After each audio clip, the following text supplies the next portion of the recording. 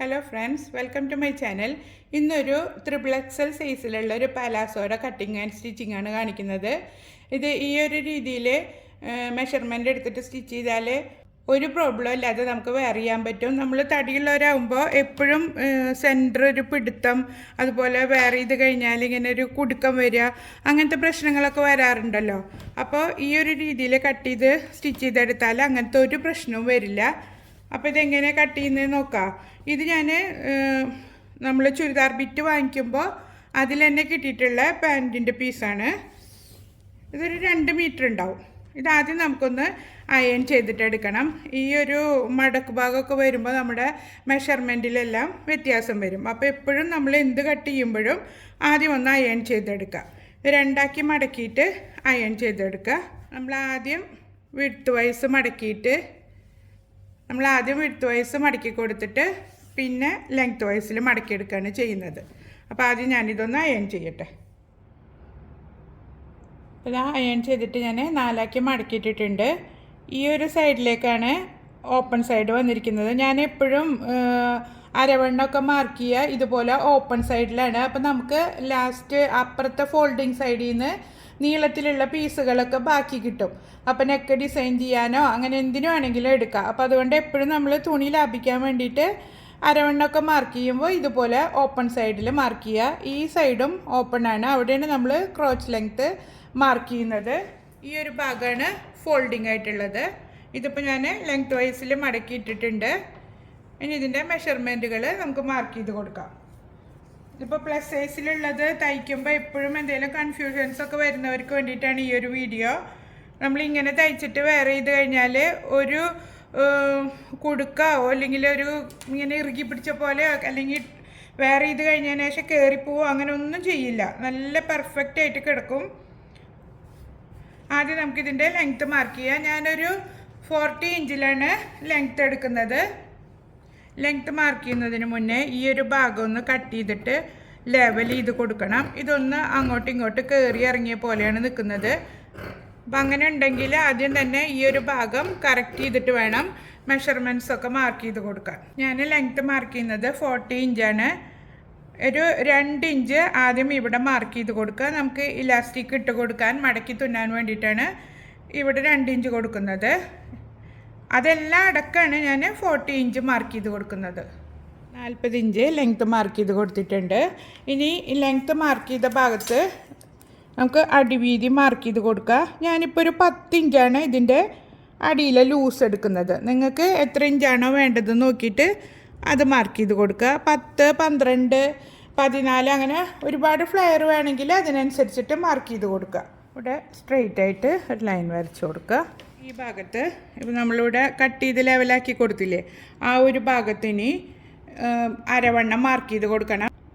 അരവണ്ണത്തിൻ്റെ correct മെഷർമെൻറ്റിനേക്കാളും 5 inch loose add ചെയ്തിട്ട് 1 inch തയ്യൽ തുമ്പും എടുത്തിട്ട് മാർക്ക് ചെയ്ത് കൊടുക്കുക. ഞാനിപ്പോൾ ഇവിടെ ഒരു 17 ഇഞ്ചാണ് മാർക്ക് ചെയ്ത് കൊടുക്കുന്നത്. തയ്യൽ തുമ്പ് എല്ലാം അടക്കം 17 ഇഞ്ച്. ഈ 2 ഇഞ്ച് മാർക്ക് ചെയ്ത ഭാഗത്ത് നമുക്ക് സ്ട്രെയിറ്റ് ആയിട്ടൊരു ലൈൻ വരച്ച് കൊടുക്കണം. അതിന് താഴേക്കാണ് നമ്മൾ ക്രോച്ച് ലെങ്ത്ത് മാർക്ക് ചെയ്യുന്നത്. ഈ ക്രോച്ച് ലെങ്ത്ത് എടുക്കുന്നത് ഒരു 16.5 ഇഞ്ചാണ്. അഡൽസിനൊക്കെ 16.5 ഇഞ്ച് കറക്റ്റ് ആയിരിക്കും. 1/2 ഇഞ്ച് തയ്യൽ തുമ്പ് കൂട്ടിയെടുക്കണം എന്നുണ്ടെങ്കിൽ 17 ഇഞ്ച് വരെ എടുക്കാം.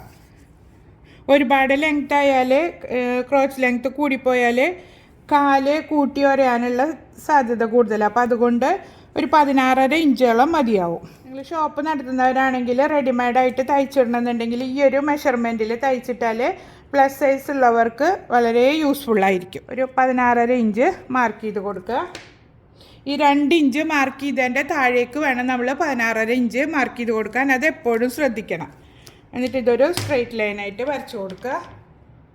ഈ സ്ട്രെയിറ്റ് ആയിട്ട് വരച്ച് കൊടുത്ത ഇവിടുന്ന് ഈ ക്രോച്ച് ലെങ്ത്തിൽ നിന്ന് ഇപ്പുറത്തെ സൈഡിലേക്ക് ഒരു 3.5 ഇഞ്ച് മാർക്ക് ചെയ്ത് കൊടുക്കുക. ഇതിപ്പോൾ ഇതാ തയ്യൽ തുമ്പ് അടക്കം ഇവിടെ ഒരു 3.5 ഇഞ്ച് തന്നെയാണ് കിട്ടുന്നത്. ഈ ഒരു തേര് ഭാഗം നമുക്ക് കട്ട് ചെയ്ത് കളയാം. 3.5 ഇഞ്ച് ഇങ്ങോട്ട് മാർക്ക് ചെയ്ത് കൊടുക്കുക. ഇപ്പോൾ കുട്ടികൾക്കോ അല്ലെങ്കിൽ വണ്ണമില്ലാത്തവർക്കൊക്കെ ആകുമ്പോൾ ഇങ്ങനെ ഷേപ്പ് അത്രയും എടുക്കേണ്ട ആവശ്യമില്ല. 1 ഇഞ്ചൊക്കെ എടുത്താൽ മതിയാവും. വണ്ണമുള്ളവർക്ക് തയ്ക്കുമ്പോൾ എപ്പോഴും 3-4 ഇഞ്ച് ഇവിടെ ഗ്യാപ്പ് വരണം. ഈ ഒരു മാർക്ക് ചെയ്യാനുള്ളൊരു സ്പേസ് അവിടെ ഉണ്ടായിരിക്കണം. അങ്ങനെ മാർക്ക് ചെയ്തെടുക്കുക. എന്നിട്ട് പിന്നെ ഇവിടെ അത്ര വണ്ണില്ലാത്തവർക്കാകുമ്പോൾ നമ്മളിങ്ങനെ ജസ്റ്റ് ഒന്ന് ഷേപ്പ് ചെയ്തിട്ട് വരയ്ക്കില്ലേ, ആം ഹോൾ പോലെ, അങ്ങനെ വരയ്ക്കരുത്. ഇതാ ഇവിടെ നിന്ന് തന്നെ തുടങ്ങിയിട്ട് ഇങ്ങനെ വരച്ചു കൊടുത്താൽ മതി.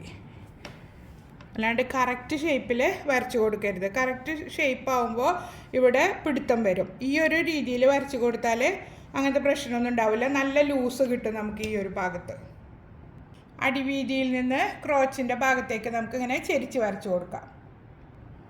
ഇതായപ്പോൾ ഇങ്ങനെ സ്ട്രെയിറ്റ് ആയിട്ട് വരച്ചു കൊടുത്തിട്ടുണ്ട്. ഇങ്ങനെ സ്ട്രെയിറ്റ് ആയിട്ട് കട്ട് ചെയ്യാതെ ഒന്ന് വളച്ച് വരച്ചു കൊടുക്കണം. ഫ്രീ ഹാൻഡായിട്ട് തന്നെ ഒന്ന് ഷേപ്പ് ചെയ്ത് വരച്ചു കൊടുത്താൽ മതി. ഇതാ ഞാൻ ഈ മാർക്ക് ചെയ്ത പോലെ ഒന്ന് ചെരിച്ച് ഇങ്ങനെ ഒരു 1/4-3 ഇഞ്ചോളം ഉള്ളിലേക്ക് മാറ്റിയിട്ട് മാർക്ക് ചെയ്ത് കൊടുക്കുക. അപ്പോൾ ഈ ഒരു ഭാഗത്തൊരു ഷേപ്പ് കിട്ടും നമുക്ക്. ഇപ്പം ഇങ്ങനെ ഷേപ്പൊന്നും വേണ്ട, സ്ട്രെയിറ്റ് ആയിട്ട് മതി എന്നുണ്ടെങ്കിൽ നേരെ തന്നെ വെട്ടിക്കൊടുക്കാം. ഇത് നമുക്ക് കട്ട് ചെയ്തെടുക്കാം. ഈ ഒരു രീതിയിൽ ചെയ്യുമ്പോൾ ഒരുപാട് കണക്കും കാര്യങ്ങളൊന്നും നോക്കിയിട്ട് ടെൻഷൻ അടിക്കേണ്ട കാര്യമില്ല. പ്ലസ് സൈസ് ഉള്ളവർക്ക് ഈ ഒരു മെഷർമെൻറ്റ് നിങ്ങൾ ചെയ്ത് നോക്കൂ, കറക്റ്റായിരിക്കും.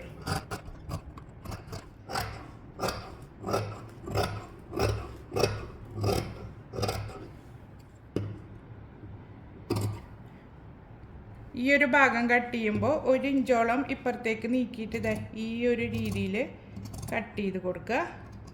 അപ്പോൾ നമുക്ക് മടക്കി അടിക്കുമ്പോൾ കറക്റ്റായിട്ട് കിട്ടും. ഇതപ്പോൾ ഫുള്ള് ഞാൻ കട്ട് ചെയ്തെടുത്തിട്ടുണ്ട്.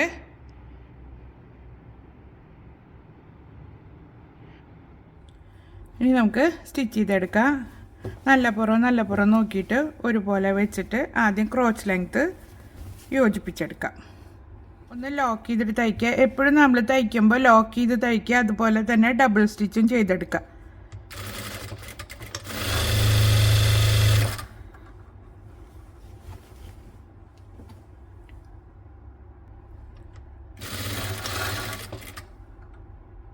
ക്രോച്ച് ലെങ്ത്ത് യോജിപ്പിച്ചെടുത്തിട്ടുണ്ട്. അതിനുശേഷം ഇലാസ്റ്റിക് ഇടുന്ന ഭാഗത്ത് ആദ്യം ഒരു 1/2 ഇഞ്ച് ഇങ്ങനെ മടക്കിയിട്ട് ഒരു സ്ട്രെയിറ്റ് സ്റ്റിച്ച് കൊടുക്കുക. അല്ലെങ്കിൽ ഈ ഒരു ഭാഗത്തെ നൂലൊക്കെ ഇങ്ങനെ പിന്നി പോന്നുകൊണ്ടിരിക്കും. ഇതിപ്പോൾ ഞാൻ ചെയ്യുന്ന മെത്തേഡാണ് നിങ്ങൾക്ക് കാണിക്കുന്നത്. നിങ്ങൾക്ക് ഇതിലും ഈസി ആയിട്ടുള്ള രീതികളൊക്കെ അറിയുന്നുണ്ടെങ്കിൽ ഒന്ന് കമൻറ്റ് ചെയ്യുക.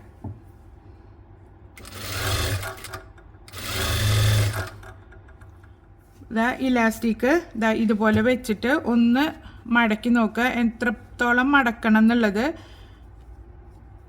എന്നിട്ട് ഒരു 1/4 ഇഞ്ച് വിട്ടിട്ട് സ്റ്റിച്ച് ചെയ്തെടുക്കുക.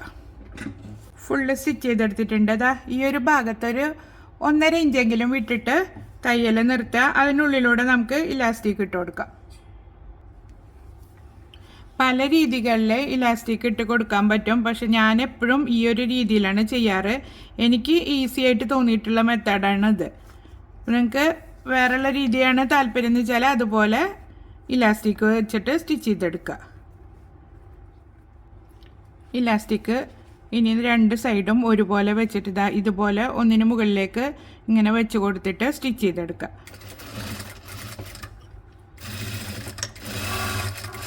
ഒരു 5-6 പ്രാവശ്യമെങ്കിലും സ്റ്റിച്ച് ചെയ്ത് കൊടുക്കണം.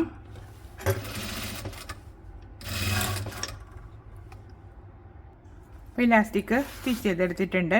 ഇനി അതിന് ശേഷം ഇങ്ങനെ ഒന്ന് വലിച്ചു കൊടുക്കുക എല്ലാ ഭാഗത്തേക്കും, ഈ ചുളിവുകൾ വരാൻ വേണ്ടിയിട്ട്. എന്നിട്ട് ഇവിടെ നമ്മൾ ഓപ്പൺ ആയിട്ടുള്ള ഭാഗം ക്ലോസ് ചെയ്ത് തയ്ക്കുക. അരവണ്ണത്തിൻ്റെ 3 ഇഞ്ച് കുറവിലാണ് നമ്മൾ ഇലാസ്റ്റിക് എടുക്കേണ്ടത്. നല്ല ടൈറ്റ് പോലൊക്കെ എടുക്കണമെന്നുണ്ടെങ്കിൽ 4 ഇഞ്ച് കുറവിലെടുത്തോളൂ. 3 ഇഞ്ച് കുറവായിരിക്കുമ്പോൾ കറക്റ്റായിരിക്കും അതിൻ്റെ മെഷർമെൻറ്റ്. ഇനി നമുക്ക് കാലിൻ്റെ അടിഭാഗം മടക്കി തുന്നാം. ആദ്യം 1/2 ഇഞ്ച് മടക്കി കൊടുത്തിട്ട് പിന്നെ 1/2 ഇഞ്ചും കൂടി മടക്കുക. അപ്പോൾ കണ്ടില്ലേ, ഈ ഒരു ഭാഗം നല്ല നീറ്റിൽ കിട്ടും. ഒരു അല്പം കൂടുതലെടുത്താൽ എന്നിട്ടൊന്ന് സ്റ്റിച്ച് ചെയ്ത് കൊടുക്കുക. ഇപ്പം നിങ്ങൾക്ക് ഈ ഭാഗത്ത് ലേസൊക്കെ വെച്ച് തയ്ക്കണമെന്നുണ്ടെങ്കിൽ തയ്ച്ച് കൊടുക്കാം കേട്ടോ. നല്ല വീതിയുള്ള ലേസൊക്കെ വെച്ചിട്ട് പലാസോ തയ്ച്ചെടുത്താൽ നല്ല ഭംഗിയുണ്ടാവും.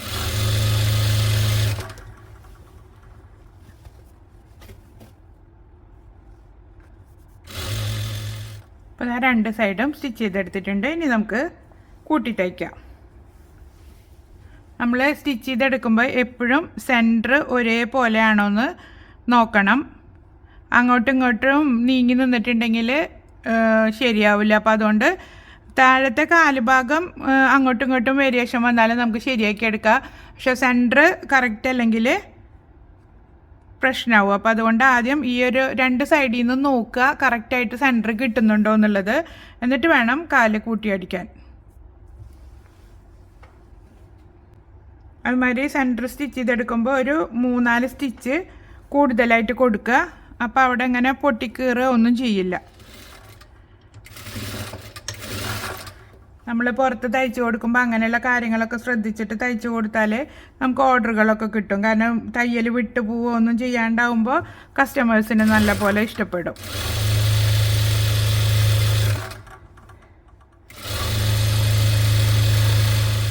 സെൻറ്റർ ഭാഗം എത്തിയിട്ടുണ്ട്. അവിടെ ഒരു 2-3 പ്രാവശ്യം ഒന്ന് ലോക്ക് ചെയ്ത് തയ്ച്ചു കൊടുക്കുക.